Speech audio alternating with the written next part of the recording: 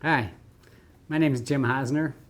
I'm been doing silver work since 1970 when I first started making jewelry. Was in the Army. I needed a peace sign. They didn't have any, so I went to the Arts and Crafts building and they had jewelry making. And so I left with a peace sign that very day. It was pretty exciting to me. I love tools and they had lots of them. So next weekend I went back and made 6 more. The guys in the barracks, they really liked them. They thought they were funny. When I got out of the Army, I went to school and took a few jewelry classes.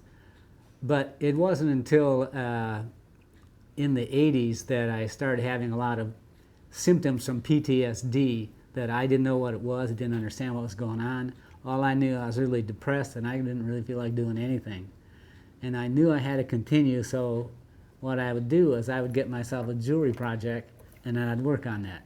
I could make, like a simple piece could take me a couple of months to make just because I couldn't get myself to focus enough to be able to finish one simple piece in a continuous operation.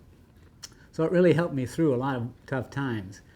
I also learned painting and sculpture. That really helped a lot too. And it's been real rewarding to me as an artist to be able to do these things, the art. So it's been real helpful. But the class I teach at Maitland is fabrication, silversmithing technically, but it's fabrication technique. And in the fabrication technique, it has 3 steps. And the steps are cut, solder, polish. You cut the metal, then you bend it, then you solder it, and then you polish it, the 3 steps. In the jewelry class, on the first day, that's what you'd make, would be like one of these. Well, this is a faceted one. You can see the facets on it. But the basic ring looks like this. And then if you want the facets, like these, you would put it on a ring mandrel and you would hit it with a hammer. You would just tap it with a hammer, and that puts those on, the facets on there. You can get a little more complex by making a regular band and putting a little decorative feature on it, like the star. If you like setting stones, gypsy setting is real nice. You just drill a hole in the metal and you set the stone down in there and then press the metal around the stone. It looks real nice. This is a prong setting. That's pretty easy. It's easier to do prong settings than gypsy setting. And you can do this in your first class. Let's see. Oh, if you're like some of my friends and you like to shoot guns, here's a ring. It has a gypsy set stone in it, a silver band, and this part here is the brass casing from a M16 round, 223. This one is from 40 caliber Smith & Wesson, same thing. Silver ring, brass cartridge, and then a gypsy set stone. There's a lot of nice sparkle in that one, but once you learn these basic techniques here, you can go to do other things. One thing, this right here, this is fabricated.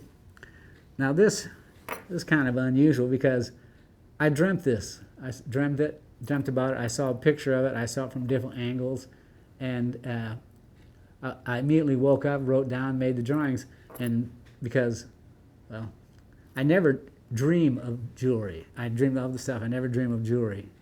I don't know if you can see it inside there. In that little box, there's a pearl inside there. So it was in the dream. I saw it. So I made that one. That was kind of a surprise. But my favorite kind of jewelry to make is bracelets. This one here, bracelets and belt buckles.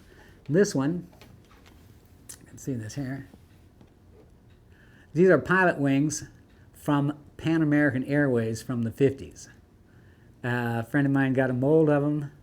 Well, so I shot the wax and cast the piece, and then fabricated the side bands for it. So that's real. Bracelets. I have this one too. This is one of my favorites. With the chain, fabricated chain. But belt buckles are also one of my favorites. That's one of the first things I made. I made a belt buckle, what is that? 75 or something like that. And I wore it every day until about 6 or 7 years ago when I made another belt buckle that I'm wearing now. But it was kind of a test to see if the metal would hold up, how well it would hold up. Because my philosophy of jewelry is that when I make it, you can look at this stuff here, you can see none of it's very fragile. If I make it, I want to make sure that it will last 100 years. Because if you're going to make a piece of artwork that's worthy, it has to stand the test of time. Well, you know, fragile doesn't do well under the test of time usually. So that's kind of, and the stone in this is a star sapphire. That's also gypsy set. Drill a hole in and then press the metal down around it. This belt buckle here, this is, I got interested in Art Deco a few years back, and I got an Art Deco book, and in it they had a bunch of Art Deco objects from that time that were like household items, radios, toasters, that kind of stuff. One of the things they had was a Bronson table lighter, and the table lighter had this configuration here, and then up here they had the parts where you push for the flame to come out. But this is the silhouette of the cowling that would go around the smokestacks on a steamship. So that's where that came from. And these lines right here, those are called speed lines. And they're something that you probably saw them in cartoons and stuff. But they originated in the 30s because they wanted that sense of motion.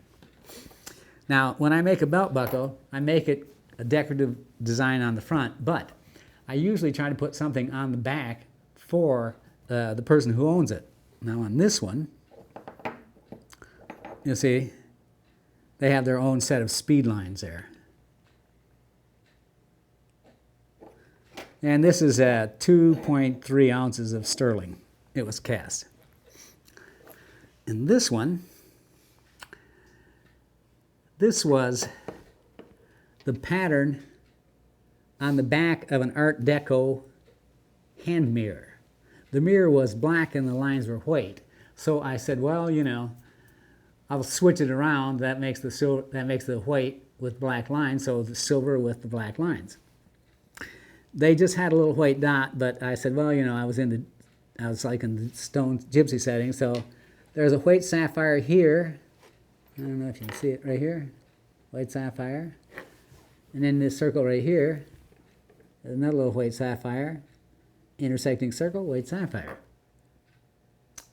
And again, since this is a special belt buckle for the person who owns it, on the back, it has its own little design.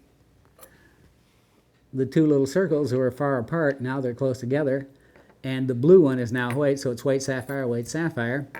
But on here, the peg that hooks the belt has a gold tube setting that's about about 3/8 of an inch long. And then right in the very end of it is a little diamond. You sort of have to be close up to see that, but so that's for the owner, something special for the owner. So generally, I don't usually do earrings, but well, I just came up with these patterns here. Oops. Here. Because, well, they sort of look like a Greek torch. You know, a torch, you know, at the marathon or whatever. Well, that's kind of cool. And it's pearls. So this, like I say, I don't usually do those.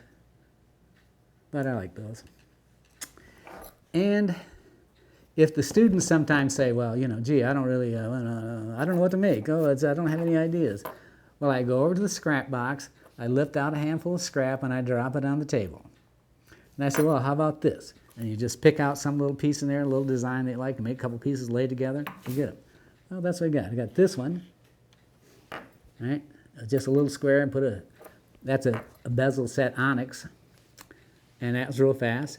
And this other one here kind of looks like a heart, but this center part here, that was a cutout from a design for something else, and it was in the just in the box. And right here it had a little hole, and so I said, well, gee, you know, I can't be just leaving that hole, so I put that bead in there just to kind of, you know, give it a design. And of course the bail across the top. So the designs can come from anywhere. It's more what you like as far as the designs. So you make things you like because you know what they look like.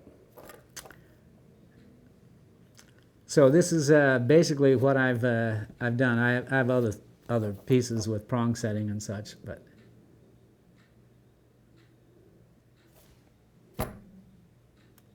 jewelry never stops being fun.